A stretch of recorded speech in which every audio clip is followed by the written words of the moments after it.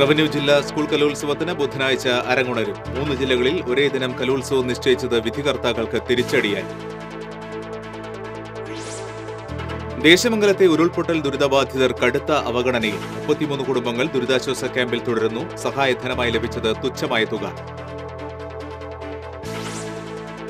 ജില്ലയിൽ വ്യത്യസ്ത വാഹനാപകടങ്ങളിൽ 4 മരണം. മരിച്ചത് 3 വിദ്യാർത്ഥികളും വീട്ടമ്മയും.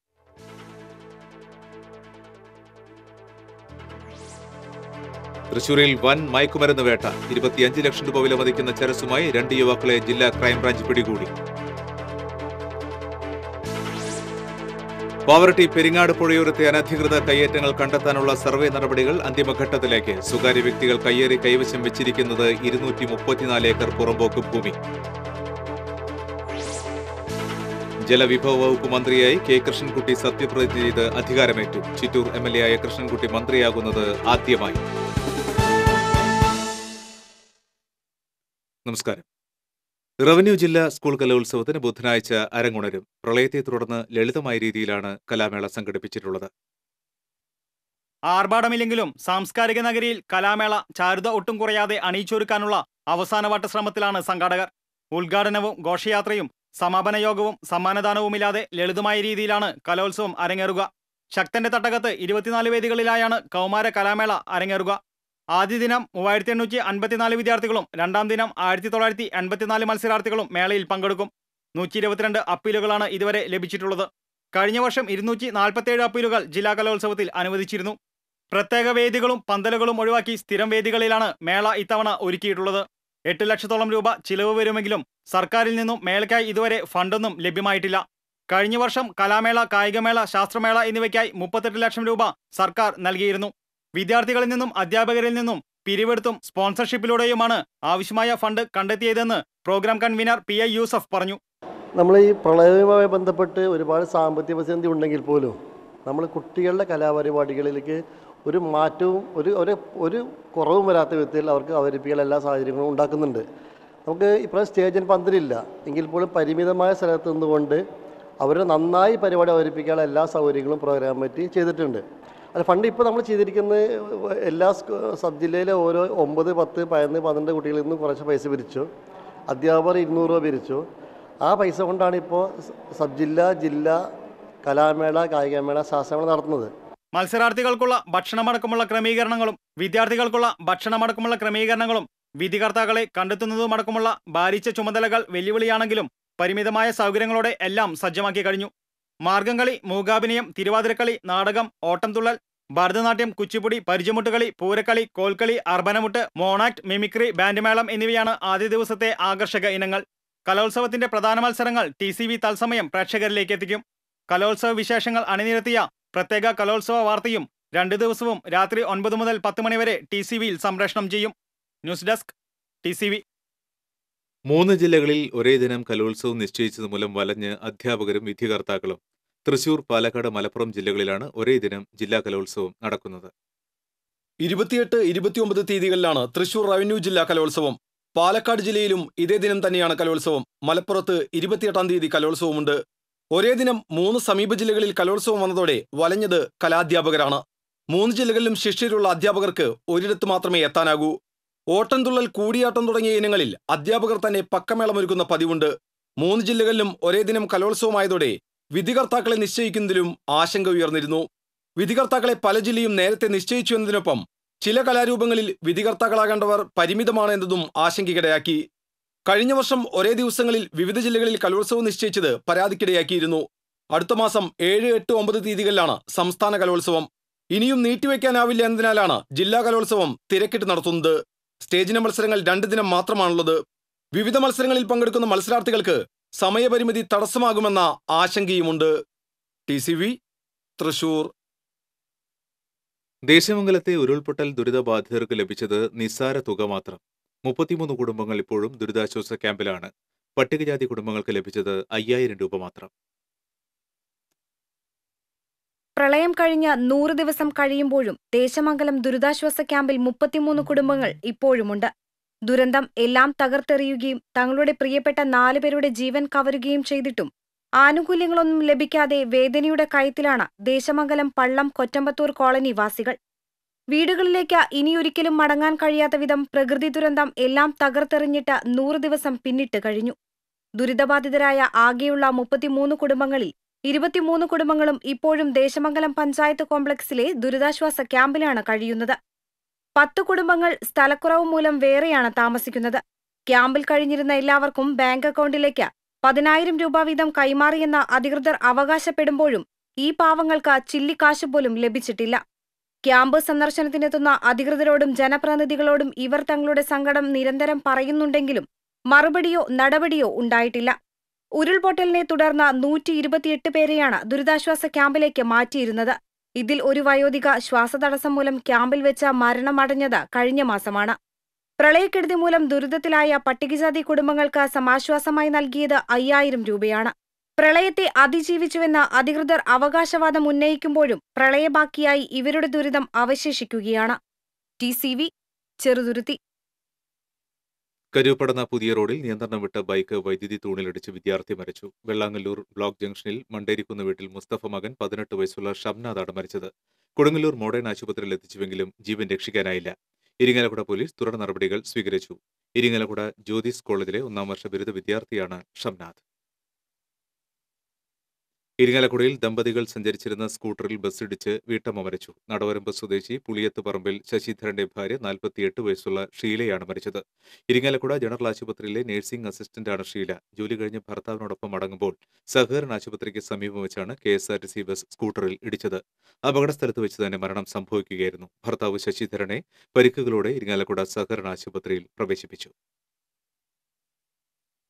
കൊടകര വഴിയമ്പലത്ത് ബൈക്ക് അപകടത്തിൽ കോളേജ് വിദ്യാർത്ഥി മരിച്ചു. ഇരിങ്ങാലക്കുട AKP ജംഗ്ഷൻ ദേവികൃപയിൽ വെട്ടിയാട്ടിൽ ബാബു മകൻ 18 വയസ്സുള്ള അമൽ കൃഷ്ണയാണ് മരിച്ചത്.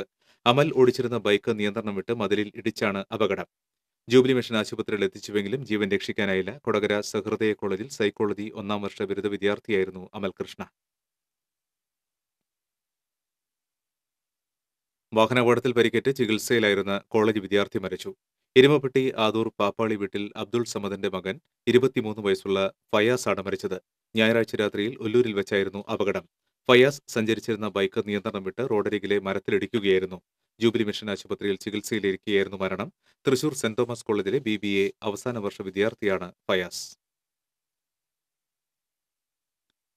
25 ലക്ഷം രൂപ വിലമതിക്കുന്ന മയക്കുമരുന്നുമായി 2 പേരെ കമ്മീഷണറുടെ നേതൃത്വത്തിലുള്ള ജില്ലാ ക്രൈംബ്രാഞ്ച് പിടികൂടി. കുട്ടനല്ലൂർ സ്വദേശി താണിക്കൽ വീട്ടിൽ ഫ്രാങ്കോ, ചേർത്തല സ്വദേശി കൊച്ചുകണ്ണൻ പറമ്പിൽ വിഷ്ണു എന്നിവരാണ് അറസ്റ്റിലായത്. ഇവരിൽ നിന്ന് 440 ഗ്രാം ചരസ് പോലീസ് പിടിച്ചെടുത്തു. ഹരിദ്വാർ, ഋഷികേശിൽ നിന്നുമാണ് ഇവർ ചരസ് തൃശൂരിലെത്തിച്ചത്. 2 ആഴ്ച മുൻപ് ഋഷികേശിലെത്തിയ ഇവർ ബാബു സ്വാമിമാരിൽ നിന്നുമാണ് ചരസ് വാങ്ങിയതെന്ന് പോലീസിന് മൊഴി നൽകിയിട്ടുണ്ട്. ചെറുതരികളായി സിഗരറ്റിനുള്ളിൽ നിറച്ച് ഉപയോഗിക്കുന്ന ഇവ വൻ വിലയ്ക്കാണ് ആവശ്യക്കാർക്ക് വിതരണം ചെയ്യുന്നത്. രഹസ്യവിവരത്തിന്റെ അടിസ്ഥാനത്തിൽ തൃശൂർ ഈസ്റ്റ് പോലീസും ക്രൈംബ്രാഞ്ചും ചേർന്നാണ് പ്രതികളെ പിടികൂടിയത്. പിടിയിലായ ഫ്രാങ്കോ നിരവധി കേസുകളിലെ പ്രതിയാണെന്ന് പോലീസ് പറഞ്ഞു. പാവറട്ടി പഞ്ചായത്ത് പെരിങ്ങാട് പുഴയോരത്തെ പുറമ്പോക്ക് ഭൂമി സർവേ നടത്തി അതിർത്തി കല്ലുകൾ സ്ഥാപിക്കുന്ന നടപടി അന്തിമഘട്ടത്തിൽ. 234 ഏക്കർ പുറമ്പോക്ക് ഭൂമിയാണ് സ്വകാര്യ വ്യക്തികൾ കയ്യേറി കൈവശം വെച്ചിരിക്കുന്നത്. പരിസ്ഥിതി സംഘടനയായ natural environment and wild life society of India ഭാരവാഹികൾ ബന്ധപ്പെട്ട മന്ത്രിമാർക്കും ജില്ലാ കളക്ടർക്കും നൽകിയ പരാതിയെ തുടർന്നാണ് നടപടികൾ. 2009 റവന്യൂ പ്രിൻസിപ്പൽ സെക്രട്ടറിയും ലാൻഡ് റവന്യൂ കമ്മീഷണറും സർവേക്ക് നിർദ്ദേശം നൽകിയിരുന്നുവെങ്കിലും രാഷ്ട്രീയ സമ്മർദ്ദങ്ങളും ഉദ്യോഗസ്ഥ ചുവപ്പ് നടയിലും കുടുങ്ങി മാസങ്ങൾക്ക് മുൻപ് മാത്രമാണ് സർവേ ആരംഭിച്ചത്. സർവേക്കായി പാവറട്ടി പഞ്ചായത്ത് 1.5 ലക്ഷം രൂപ പ്രത്യേക ഫണ്ട് നീക്കിവെച്ചിരുന്നു. 4 സർവേയർമാരെയാണ് ഇതിനായി ചുമതലപ്പെടുത്തിയിരുന്നത്.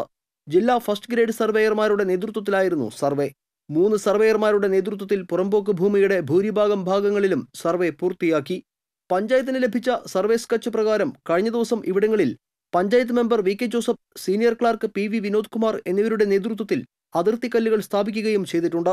ഒരു സർവേയറുടെ ചുമതലയിലുള്ള ചെറിയൊരു ഭാഗം ഭൂമിയുടെ കൂടി സർവേയാണ് ഇനി നടക്കാനുള്ളത്. സർവേയിലൂടെ കണ്ടെത്തിയ ഭൂമി ഡാറ്റാ ബാങ്കിലും പഞ്ചായത്തിന്റെ ആസ്തി രജിസ്റ്ററിലും ഉൾപ്പെടുത്തി തീരദേശ മേഖലയിൽ പ്രകൃതിക്കിണങ്ങുന്ന വികസന പ്രവർത്തനങ്ങൾ നടപ്പിലാക്കണമെന്ന് പരിസ്ഥിതി പ്രവർത്തകനും പെരിങ്ങാട് സ്വദേശിയുമായ രവി പറഞ്ഞു. പഞ്ചായത്ത് ഈ സ്ഥലം ആസ്തി രജിസ്റ്ററിൽ ഉൾപ്പെടുത്തിക്കൊണ്ട് ഇവിടെ ജനനന്മ ലക്ഷ്യമാക്കിയിട്ടുള്ള പദ്ധതികൾ അടിയന്തരമായി കൊണ്ടുവരാനുള്ള നടപടി സ്വീകരിക്കണമെന്നാണ് ഇക്കാര്യത്തിൽ പറയാനുള്ളത്. തർക്കങ്ങൾ പരിഹരിച്ച് ബാക്കിയുള്ള ഭാഗത്തെ സർവേ നടപടികൾ എത്രയും പെട്ടെന്ന് പൂർത്തിയാക്കേണ്ടതുണ്ട്. പുഴയോരവും ചെമ്മീൻ ബണ്ടും കണ്ടൽക്കാടുകളും തെങ്ങിൻ തോപ്പും ഉൾപ്പെട്ടതാണ് സർവേയിലൂടെ കണ്ടെത്തിയ പുഴ പുറംപോക്ക് ഭൂമി. ജലജന്യ ജീവജാലകങ്ങളുടെ ആവാസ വ്യവസ്ഥയ്ക്കും പരിസ്ഥിതിക്കുമിണങ്ങുന്ന വികസന ടൂറിസം പദ്ധതികൾ ഈ സ്ഥലത്ത് നടപ്പിലാക്കുന്നതിന് ഭരണസമിതി തീരുമാനമെടുക്കുമെന്ന് പഞ്ചായത്ത് വൈസ് പ്രസിഡന്റ് വിമല സേതുമാധവൻ പറഞ്ഞു. ടൂറിസം മേഖലയുമായി ബന്ധപ്പെട്ട് എന്തെല്ലാം അവിടെ ചെയ്യാൻ പറ്റും അതെല്ലാം ചെയ്യാവുന്ന ഒരു സംവിധാനങ്ങൾ ഉണ്ടാക്കിയെടുക്കുക എന്നതാണ് പാവർട്ടി ഗ്രാമപഞ്ചായത്ത് ഇന്ന് അതിൽ ഉദ്ദേശിക്കുന്ന പ്രഥമമായ കാര്യം. തീരദേശവാസികളുടെ രൂക്ഷമായ കുടിവെള്ളക്ഷാമം പരിഹരിക്കുന്നതിനും ഉൾനാടൻ മത്സ്യസമ്പത്ത് വർദ്ധിപ്പിക്കുന്നതിനും ഉതകുന്ന പദ്ധതികൾക്ക് രൂപം നൽകണമെന്നാണ് പ്രദേശവാസികളുടെ ആവശ്യം. TCV പാവർട്ടി. ഇനിയൊരു ഇടവേള.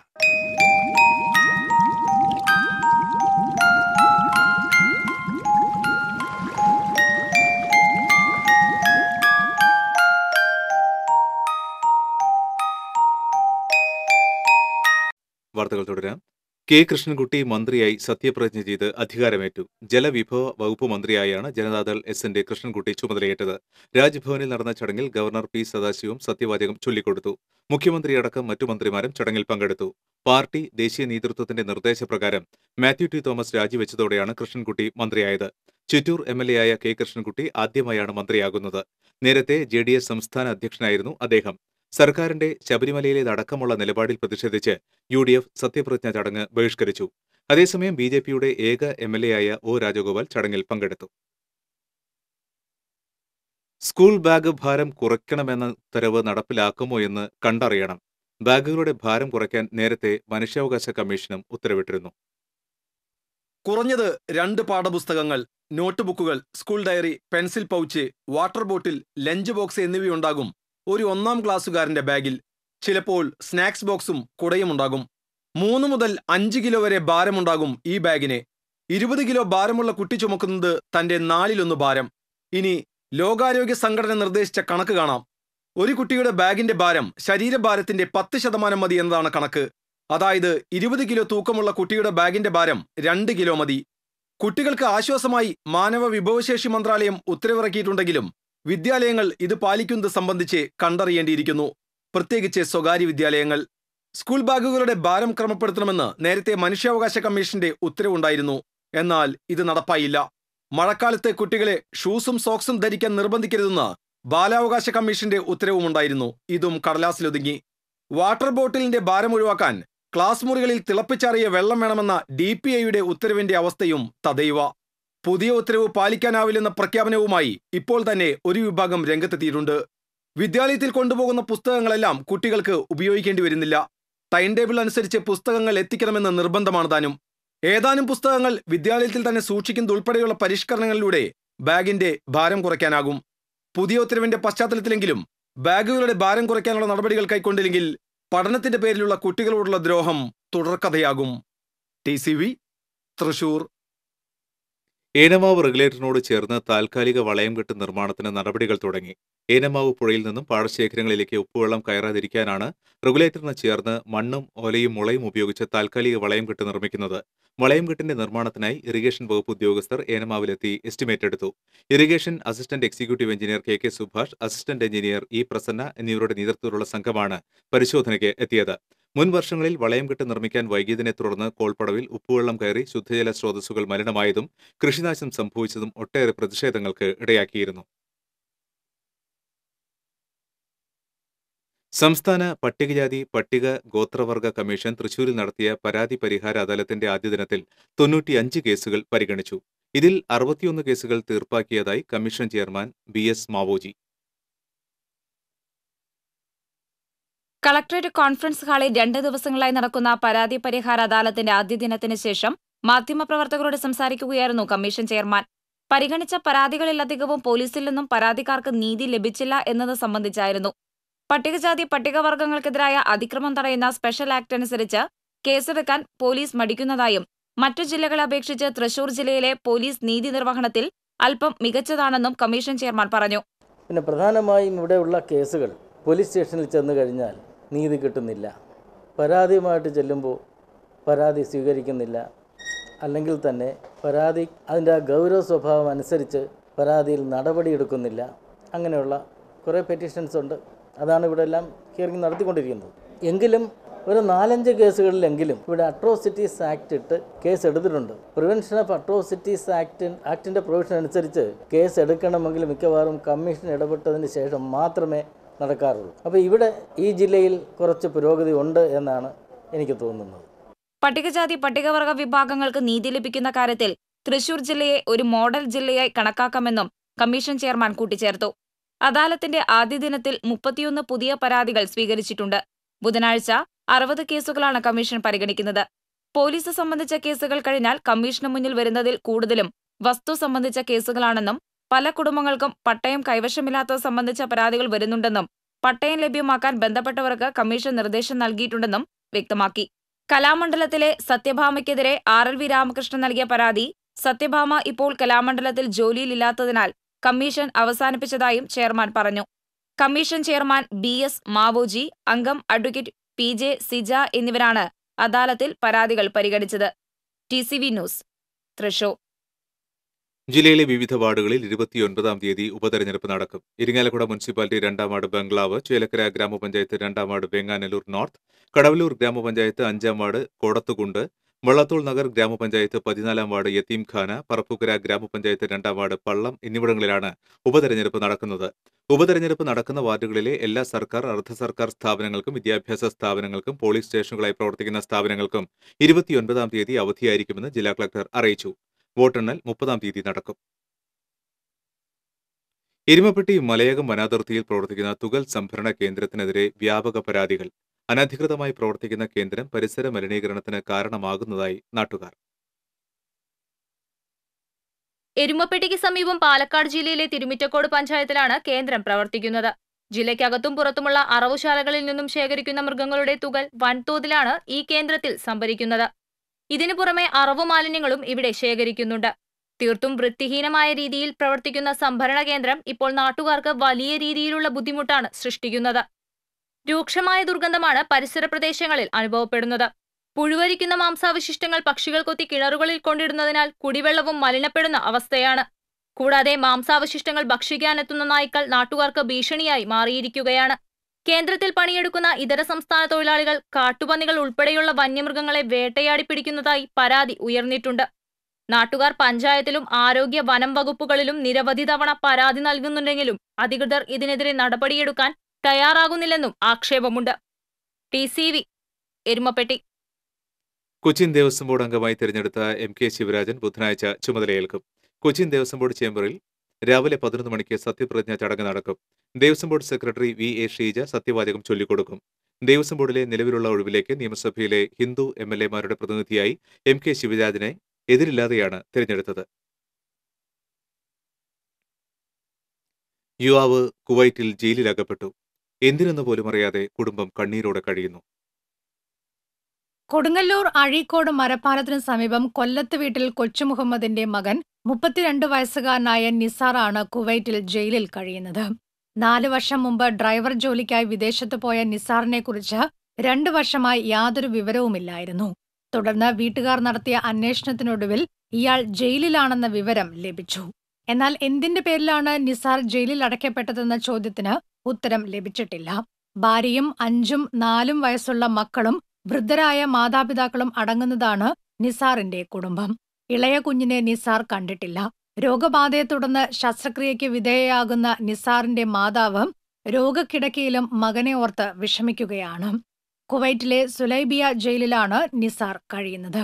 ഭർത്താവിന്റെ മോചനത്തിനായി നിസ്സഹായയായ ഭാര്യയും മകനെ ഒരു നോക്കു കാണാനായി രോഗിയായ ഉമ്മയും കണ്ണീരോടെ പ്രാർത്ഥിക്കുകയാണ്. TCV news, Kodungallur. മറ്റൊരു ഇടവേള.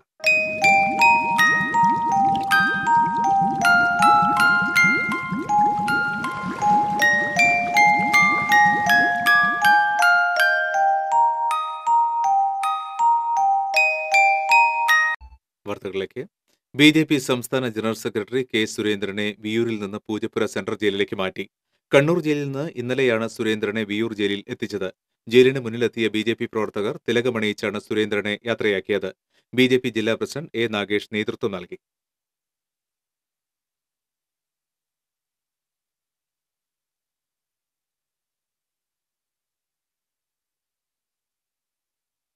കുന്നംകുളം കടവല്ലൂർ ശ്രീരാമക്ഷേത്രത്തിലെ അന്യോന്യവേദിയിൽ മന്ത്രാക്ഷരങ്ങളുടെ ചൊല്ലലിന് പരിസമാപ്തി. 10 നാൾ നീണ്ട ഋഗ്വേദങ്ങളുടെ വേദപരീക്ഷയിൽ പങ്കെടുത്ത വേദജ്ഞരെയും പങ്കാളികളെയും കടവല്ലൂർ അന്യോന്യ പരിഷത്ത് ആദരിച്ചു. സമാപന സമ്മേളനം ഡോക്ടർ ജാതവേദൻ നമ്പൂതിരി ഉദ്ഘാടനം ചെയ്തു. പരിഷത്ത് ഉപാധ്യക്ഷൻ ഡോക്ടർ ചാത്തനാത്ത് അച്യുതനുണ്ണി അധ്യക്ഷനായിരുന്നു. പുരാവസ്തു വകുപ്പ് superintendent in charge Smitha S. Kumar, Babu M. Palissery, Meledam Krishnan Namboothiri തുടങ്ങിയവർ സംസാരിച്ചു. ഗുരുവായൂരിൽ പാർക്കിംഗ് ഗ്രൗണ്ടിന്റെ മറവിൽ നഗരസഭയുടെ ഒത്താശയോടെ പാടം നികത്തുന്നതായി ആരോപണം. പ്രതിപക്ഷ കൌൺസിലർമാർ പ്രതിഷേധവുമായി രംഗത്ത്. ശബരിമല തീർത്ഥാടകരുടെ വാഹനങ്ങൾ പാർക്ക് ചെയ്യുന്നതിന് നഗരസഭ ഏർപ്പാടാക്കിയ തൈക്കാടുള്ള പാർക്കിംഗ് ഗ്രൗണ്ടിന്റെ പുറകുവശമാണ് നികത്തുന്നതായി പരാതി ഉയർന്നത്. നേരത്തെ നഗരസഭ സ്റ്റോപ്പ് മെമ്മോ നൽകിയ സ്ഥലമാണിത്. ഈ സ്ഥലം ശബരിമല തീർത്ഥാടകരുടെ വാഹനം പാർക്ക് ചെയ്യുന്നതിനായി നഗരസഭ ഏറ്റെടുത്തിരിക്കുകയാണ്. നഗരത്തിൽ പാർക്കിംഗ് ഗ്രൗണ്ടുകളിൽ നിർമ്മാണം നടക്കുന്നതിനാൽ സ്വകാര്യ വ്യക്തികളുടെ സ്ഥലം നഗരസഭ ഏറ്റെടുത്ത് പ്രത്യേക നമ്പർ നൽകിയിട്ടുണ്ട്. അത്തരത്തിൽ 9ാം നമ്പർ നൽകിയ സ്ഥലമാണിത്. വടക്കേക്കാട് സ്വദേശി തടാകം കുഞ്ഞുമുഹമ്മദിന്റെ ഉടമസ്ഥതയിലുള്ളതാണ് ഈ സ്ഥലം. കൂടുതൽ വാഹനങ്ങൾ പാർക്ക് ചെയ്യാനുള്ള സൗകര്യം ഒരുക്കുക മാത്രമാണ് ചെയ്തതെന്ന് സ്ഥലയുടമ പറഞ്ഞു. MLA, നഗരസഭാ ചെയർപേഴ്സൺ, വാർഡ് കൌൺസിലർ എന്നിവരുടെ അനുമതിയോടെയാണിതെന്നും അദ്ദേഹം അറിയിച്ചു. പാടം നികത്താനുള്ള സ്വകാര്യ വ്യക്തിയുടെ ശ്രമങ്ങൾക്ക് നഗരസഭ കൂട്ടുനിൽക്കുകയാണെന്ന് പ്രതിപക്ഷ കൌൺസിലർമാർ ആരോപിച്ചു. സ്ഥലത്ത് മണ്ണടിക്കാനുള്ള ശ്രമം എന്ത് വില കൊടുത്തും തടയുമെന്നും കൌൺസിലർമാർ പറഞ്ഞു. TCV news, Guruvayur. കേച്ചേരിയിൽ ലോറിയിടിച്ച് അമ്മയും മകളും മരിച്ച സംഭവത്തിൽ മിനി ലോറി ഡ്രൈവർക്ക് 3 വർഷം 3 മാസം തടവ് ശിക്ഷ. തൃശൂർ 3ാം അഡീഷണൽ ജില്ലാ ജഡ്ജി നിസാർ അഹമ്മദാണ് മിനി ലോറി ഡ്രൈവറായ വടക്കഞ്ചേരി സ്വദേശി കുന്നുംപുറം വീട്ടിൽ മോഹൻദാസിനെ ശിക്ഷിച്ചത്. 12,000 രൂപ പിഴയടയ്ക്കാനും കോടതി ഉത്തരവിട്ടു. പിഴയടച്ചില്ലെങ്കിൽ 4 മാസം അധികം തടവ് അനുഭവിക്കണം. 2011 ഏപ്രിൽ 1-ാം തീയതി കേച്ചേരി മുസ്ലിം പള്ളിക്ക് മുന്നിൽ വെച്ചുണ്ടായ അപകടത്തിൽ കാൽനട യാത്രക്കാരായ എരനല്ലൂർ പാങ്ങിൽ സീന, മകൾ അപർണ എന്നിവർ മരിച്ചിരുന്നു. അപകടത്തിൽ സീനയുടെ ഇളയ മകൾ അഞ്ജനയ്ക്ക് പരിക്കേറ്റു. അമിത വേഗതയിൽ അശ്രദ്ധയായാണ് മിനി ലോറി വന്നതെന്ന് വ്യക്തമായ പശ്ചാത്തലത്തിലാണ് കോടതിയുടെ വിധി. പിഴസംഖ്യ സീനയുടെ കുടുംബത്തിന് കൈമാറാനും കോടതി ഉത്തരവിട്ടു. പ്രോസിക്യൂഷനു വേണ്ടി public prosecutor advocate P. Sunil, അഭിഭാഷകരായ റൺസിൻ, അമീർ എന്നിവർ കോടതിയിൽ ഹാജരായി. പ്രളയത്തിൽ വീട് നഷ്ടപ്പെട്ട് 3 മാസം പിന്നിട്ടിട്ടും കയറിക്കിടക്കാൻ വീടില്ലാതെ ഒരു കുടുംബം. ഇൻഫർമേഷൻ കേരള മിഷൻ തയ്യാറാക്കിയ വീട് നഷ്ടപ്പെട്ടവരുടെ ലിസ്റ്റിൽ ഉൾപ്പെടുത്താത്തതിനാൽ കുടുംബം ആശങ്കയിൽ. ഒരുമനയൂർ പഞ്ചായത്ത് 9ാം വാർഡിൽ കാളമനക്കായലിന് തീരത്ത് മുനക്കക്കടവ് ഭാഗത്താണ് പയ്യാക്കൽ രമേശും കുടുംബവും കഴിഞ്ഞിരുന്നത്. 4 സെന്റ് ഭൂമിയിലെ ഓടുവീട് വെള്ളം കയറി തകർന്നു വീഴുകയായിരുന്നു. വീഴുന്നതിന് തൊട്ടുമുൻപ് കുടുംബം ഒരുമനയൂർ ഇസ്ലാമിക് സ്കൂളിലെ ദുരിതാശ്വാസ ക്യാമ്പിലേക്ക് താമസം മാറ്റിയിരുന്നു. വീട്ടിലുണ്ടായിരുന്ന വസ്ത്രങ്ങളും പാത്രങ്ങളും രേഖകളും ഉൾപ്പെടെ സകലതും നഷ്ടപ്പെട്ടു. ദിവസങ്ങളോളം ക്യാമ്പിൽ കഴിഞ്ഞ കുടുംബം തിരിച്ചെത്തിയപ്പോൾ വെള്ളം ഒഴിഞ്ഞുപോയെങ്കിലും വീട് നിലം പൊത്തിയ നിലയിലായിരുന്നു. നാളുകളേറെയായി ഇവർ വില്ലേജ് ഓഫീസിലും മറ്റുമായി കയറിയിറങ്ങുന്നു. വില്ലേജ് ഓഫീസറോട് പറഞ്ഞെങ്കിലും ലിസ്റ്റ് തയ്യാറാക്കിയത് തങ്ങളല്ലെന്നായിരുന്നു മറുപടി. 75% വീട് തകർന്നിട്ടും ലിസ്റ്റ് തയ്യാറാക്കിയവരുടെ വീഴ്ചയാണെന്ന് ആക്ഷേപമുണ്ട്. അധികൃതർ കനിയുമെന്ന പ്രതീക്ഷയിൽ കഴിയുകയാണ് ഈ കുടുംബം. TCV, ചാവക്കാട്. CMI എയ്ഡഡ് വിദ്യാലയങ്ങളുടെ സംഗമമായ Chavara cultural fest Thrissur Elthuruth Saint Aloysius ഹൈസ്കൂളിൽ നടന്നു. ഒളരി ദേവാലയ അങ്കണത്തിൽ നിന്ന് 7ഓളം സ്കൂളുകളിലെ വിദ്യാർത്ഥികൾ അണിനിരന്ന വിളംബര റാലിയോടെയാണ് ഫെസ്റ്റിന് ആരംഭമായത്. തുടർന്ന് സ്കൂൾ അങ്കണത്തിൽ നടന്ന ചടങ്ങിൽ Devamatha corporate educational agency manager father Thomas Chekkalamattath, educational counsellor father Shaju Edamana, Saint Aloysius വിദ്യാഭ്യാസ സ്ഥാപനങ്ങളുടെ manager father Jose Payyappilly, Saint Aloysius higher secondary principal father Franco Chittilappilly, school പ്രധാന അധ്യാപിക TM ഷീല എന്നിവർ പങ്കെടുത്തു. ഫെസ്റ്റിവലിനോടനുബന്ധിച്ച് സംഘടിപ്പിച്ച മത്സരങ്ങളിലെ വിജയികൾക്കുള്ള സമ്മാനദാനവും നടന്നു. വിളംബര റാലിയുടെ ഭാഗമായി വിദ്യാർത്ഥികൾ തയ്യാറാക്കിയ ചാവറയാനം ഏറെ ശ്രദ്ധേയമായി. ഒരു ഇടവേള കൂടി.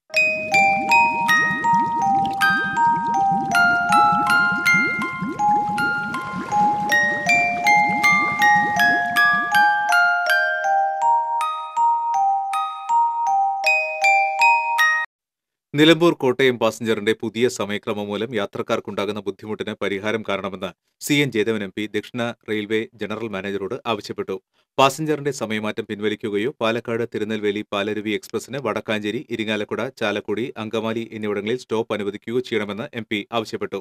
നേരത്തെ ഇക്കാര്യം ചൂണ്ടിക്കാട്ടി റെയിൽവേ മന്ത്രി പീയൂഷ് ഗോയലിന് നൽകിയ കത്ത് അനുകൂല നടപടികൾക്കായി മന്ത്രി റെയിൽവേ ബോർഡിന് കൈമാറിയ കാര്യം ജനറൽ മാനേജർക്ക് നൽകിയ കത്തിൽ ജയദേവൻ ചൂണ്ടിക്കാട്ടിയിട്ടുണ്ട്. പുതിയ സമയമാറ്റം സ്ഥിരം യാത്രക്കാർക്ക് വൈകിട്ടത്തെ മടക്കയാത്രയിൽ ഏറെ പ്രശ്നങ്ങൾ ഉണ്ടാക്കുന്നതാണെന്നും അതിനാൽ തന്നെ അടിയന്തര പരിഹാരം കാണണമെന്നും ജയദേവൻ ആവശ്യപ്പെട്ടു. 10 വർഷത്തിലേറെയായി ജയിലിൽ കഴിയുന്ന ജീവപര്യന്തം തടവുകാരന് മാതാപിതാക്കളെയും അനാഥാലയത്തിൽ കഴിയുന്ന ഭാര്യയെയും കുട്ടികളെയും കാണാൻ പരോൾ അനുവദിക്കണമെന്ന് മനുഷ്യാവകാശ കമ്മീഷൻ. അടുത്ത ജയിൽ ഉപദേശക സമിതി യോഗത്തിൽ വിഷയം ഒരിക്കൽ കൂടി പരിഗണിക്കണമെന്നും കമ്മീഷൻ ജുഡീഷ്യൽ അംഗം P. മോഹൻദാസ് ഉത്തരവിട്ടു. വിയ്യൂർ സെൻട്രൽ ജയിലിലെ തടവുകാരൻ മണികണ്ഠന് പരോൾ അനുവദിക്കണമെന്നാണ് ഉത്തരവ്. കമ്മീഷൻ ജയിൽ മേധാവിയിൽ നിന്ന് റിപ്പോർട്ട് വാങ്ങി. ജയിൽ നിയമപ്രകാരം ഒന്നിലധികം തവണ ക്രമസമാധാന പ്രശ്നം ചൂണ്ടിക്കാണിച്ച് സ്റ്റേഷൻ ഹൌസ് ഓഫീസർമാരുടെ റിപ്പോർട്ട് ലഭിക്കുകയാണെങ്കിൽ അവധി നൽകാൻ ബുദ്ധിമുട്ടുണ്ട്. എന്നാൽ ഇതേ തടവുകാരന് മറ്റെല്ലാ തരത്തിലും അവധി ലഭിക്കാൻ യോഗ്യതയുണ്ടെങ്കിൽ അക്കാര്യം സർക്കാരിന് ശുപാർശ ചെയ്യുമെന്നും റിപ്പോർട്ടിൽ പറയുന്നു. തടവുകാരന്റെ മാതാപിതാക്കളും കുടുംബവും മറ്റുള്ളവരുടെ സഹായത്തോകൊണ്ടാണ് ജീവിക്കുന്നത്. അതുകൊണ്ട് തന്നെ പരോൾ അനുവദിക്കുന്ന കാര്യം ഒരിക്കൽ കൂടി പരിഗണിക്കണമെന്നും P. മോഹൻദാസ് ആവശ്യപ്പെട്ടു. മിലാദ് കോൺഫറൻസിന്റെ വിളംബര ഘോഷയാത്രയുടെ ഭാഗമായി സുരാജ് റൌണ്ടിൽ മാസ് അറബന അരങ്ങേറി. സുന്നി സ്റ്റുഡൻസ് ഫെഡറേഷൻ ജില്ലാ കമ്മിറ്റിയുടെ നേതൃത്വത്തിൽ ജില്ലയിലെ വിവിധ മദ്രസകളിൽ നിന്നുള്ള വിദ്യാർത്ഥി സംഘങ്ങളാണ് അറബനയിൽ പങ്കെടുത്തത്. ജില്ലാ മഹല്ല് ജമാഅത്ത് അസോസിയേഷൻ പ്രസിഡന്റ് PM അബ്ദുഹാജി ഘോഷയാത്ര ഫ്ളാഗ് ഓഫ് ചെയ്തു. ജില്ലാ മഹൽ ജമാഅത്ത് general secretary advocate PV Ali, സെക്രട്ടറിമാരായ P. Muhammad Babu, Aboobacker Haji, treasurer MVM Ashraf തുടങ്ങിയവർ നേതൃത്വം നൽകി. മിലാദ് കോൺഫറൻസ് തൃശൂർ ടൗൺ ഹാളിൽ വ്യാഴാഴ്ച നടക്കും.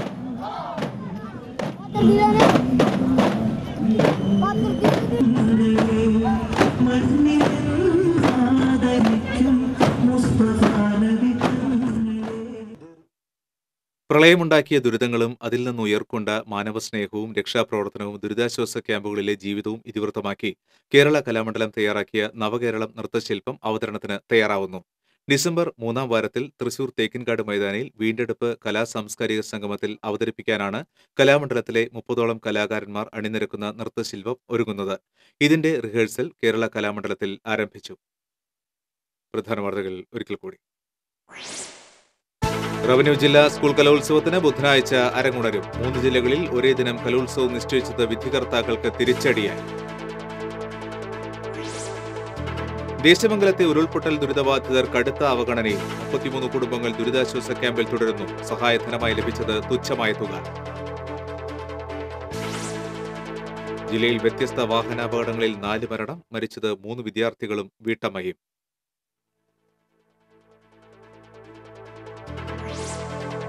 തൃശൂരിൽ വൻ മയക്കുമരുന്ന് വേട്ട. 25 ലക്ഷം രൂപ വിലമതിക്കുന്ന ചരസുമായി 2 യുവാക്കളെ ജില്ലാ ക്രൈംബ്രാഞ്ച് പിടികൂടി. പാവറട്ടി പെരിങ്ങാട് പുഴയോരത്തെ അനധികൃത കയ്യേറ്റങ്ങൾ കണ്ടെത്താനുള്ള സർവേ നടപടികൾ അന്തിമഘട്ടത്തിലേക്ക്. സ്വകാര്യ വ്യക്തികൾ കയ്യേറി കൈവശം വെച്ചിരിക്കുന്നത് 234 ഏക്കർ പുറമ്പോക്ക് ഭൂമി.